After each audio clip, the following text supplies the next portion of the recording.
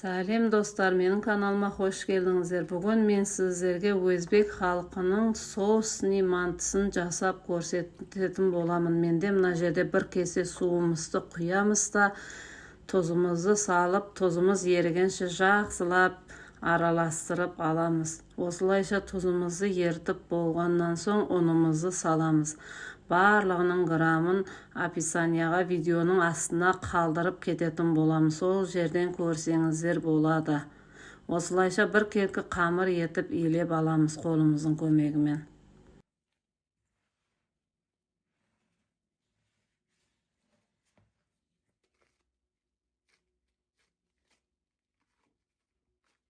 Меніменде осылай қамыр болып шықты. Осыны енді ыдысымызға салып, бетіне пленка жауып, 20-30 минутқа тындырып қоямыз.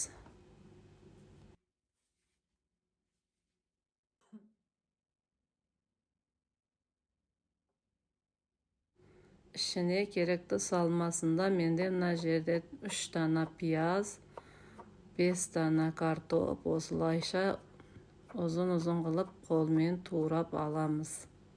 Жіңішке етіп турап аламыз барлығын. Міне соңғы пиязымызды да турап болдық. Осылайша етіп турап алғаннан соң ыдысымызға салып қоямыз. Енді кезекте картопымызды осылайша терканың көмегімен осылайша ұзыншақ етіп барлығын теркалап аламыз.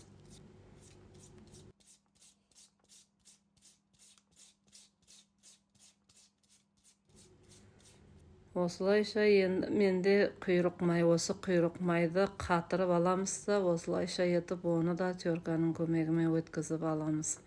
Егерде құйрық майларыңыз болмаса, сұйық май сұйық май қолдансаңыздар да болады. Негізінде құйрық май болса өте дәмді болып шығады. Осылайша етіп бетін жауып қоямыз. Мен өткізіп алғаннан соң бетін жауып қойдым. Дәмдеуіштерін кейін қамырымды жайып болғаннан соң саламыз.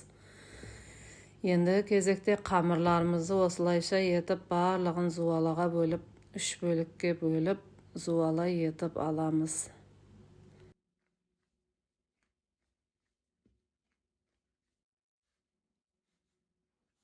Егерде қаласаңыз, 2 зуала қылып жасап қойсаңыз болады. Маған кішкентай зуала ұнағандықтан осылайша етіп 3-ке бөліп зуала қылып алдым.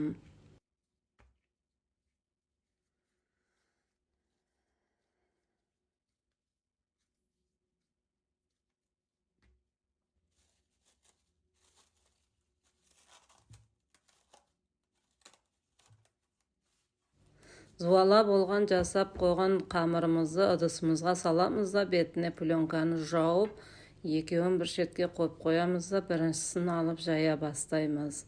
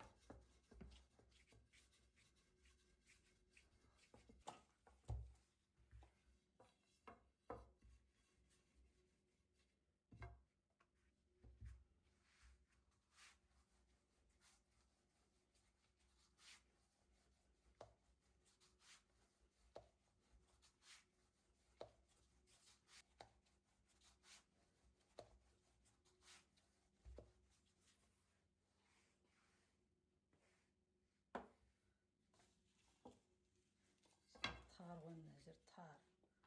Адам сыймайды. Стол жақсы да жайғанға. Арқайын жаясың. Штативке де қойып қоясың. Алу керек сол столына.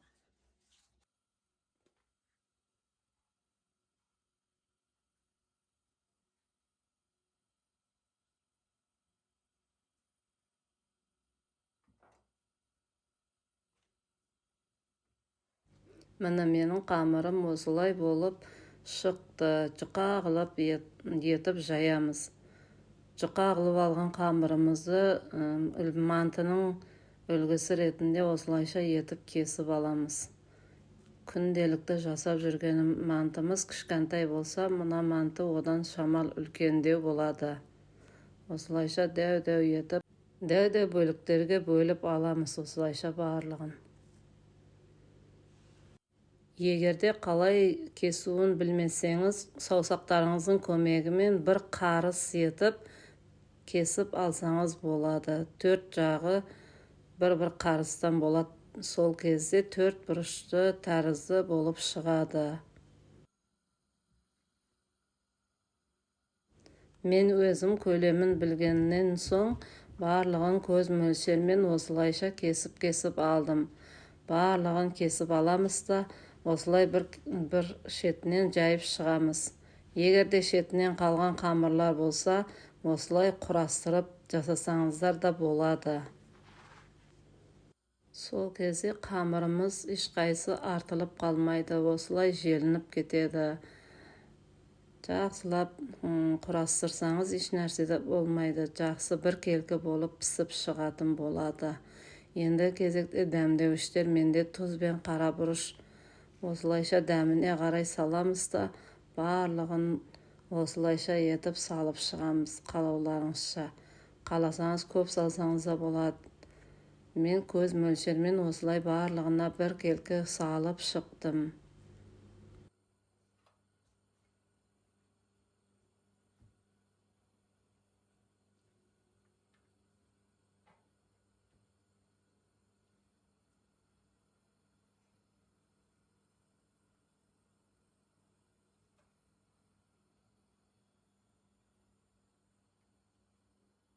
Bir жасап жеп көрулеріңізге кеңес беремін. Өте дәмді болып шығады. Міндетті түрде жасап көріңіздер, сіздерге де ұнайды деген ойдамын. Енді кезекте бүгуге келдік. Мені манты тарызы етіп бүге береміз осылай. Шетінен барлығын бүгіп шығамыз. Дәу манты сияқты болады. Барлығын бүгіп аламыз осылайша етіп.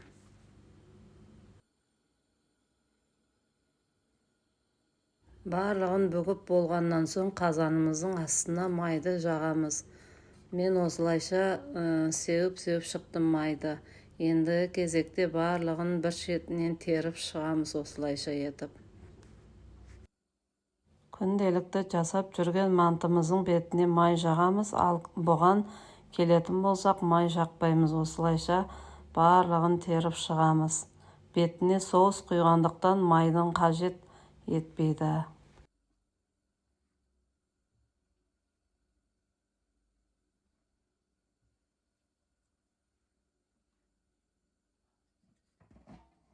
Енді кезекте екінші қамырымызға келсек, екінші қамырды да осылайша етіп барлығын бөліктерге бөліп аламыз. Қамыры нәзік болса өте керемет болып шығады. Негізінде қамыры нәзік болу керек, осылай жұқа бір тәрізді.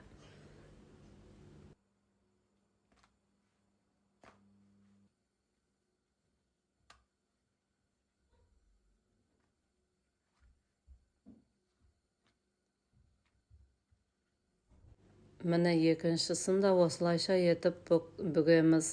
Менде бұған аз ғана ет қосып жібердім.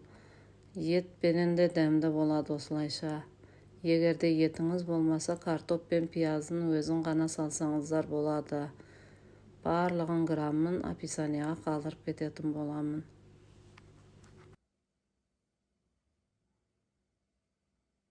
Осылайша етіп бүгіп жатқан кезде қазанымызға суымызды қойып қайнатып қоямыз.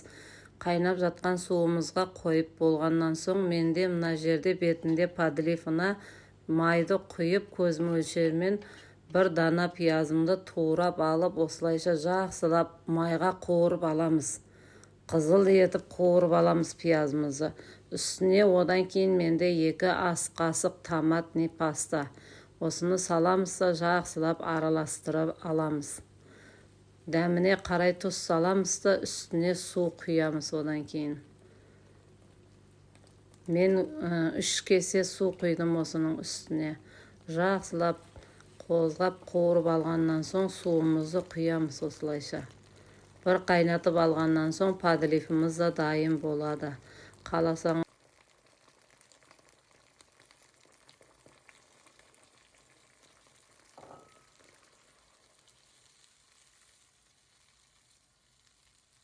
Бұрыш салсаңыздар да болады, бірақ мен салған жоқпын. Осылайша 3 кесе суымды құйып, жақсылап бір қайнатып алдым.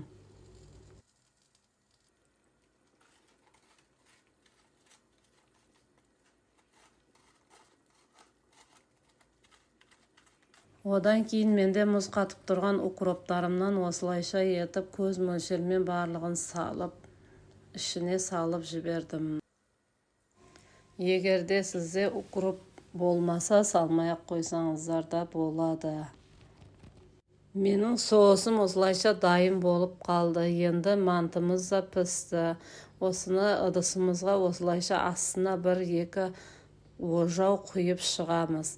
Одан кейін мантыларымыздың барлығын бірте-бірте алып шығамыз да осы томатный пастамыздың үстіне, соусымыздың үстіне қойып шығамыз. Кезек-кезек қойып шығамыз үстіне.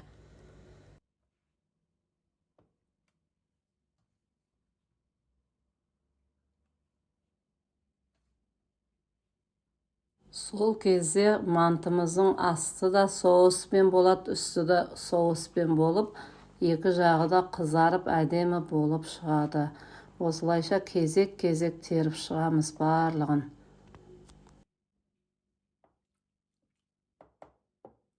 Теріп болған мантыларымыздың үстінен тағы да соусымызды осылайша бір келкі етіп бетіне ожаудың көмегімен құйып шығамыз.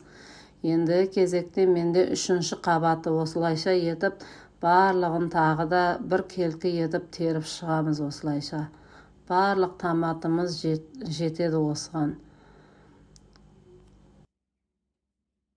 Енді кезекте соңғы қабатын теріп шықтым. Бүкіл манты қазаннан шығарып осылайша ыдысымызға саламыз да осыны құйып, жақсылап соңғысын құйып шықтым мен. Бетін жауып қоямыз 10-15 минутқа, жаңағы соусымызға сіңіп дәмі әдемі болып шығады. Міне менің тамағым дайын болды. Міндетті түрде жасап көріңіздер. Сіздерге де ұнайды деген ойдамын. Астарыңыз дәмді болсын. Келесі кездескенше сау болыңыздар.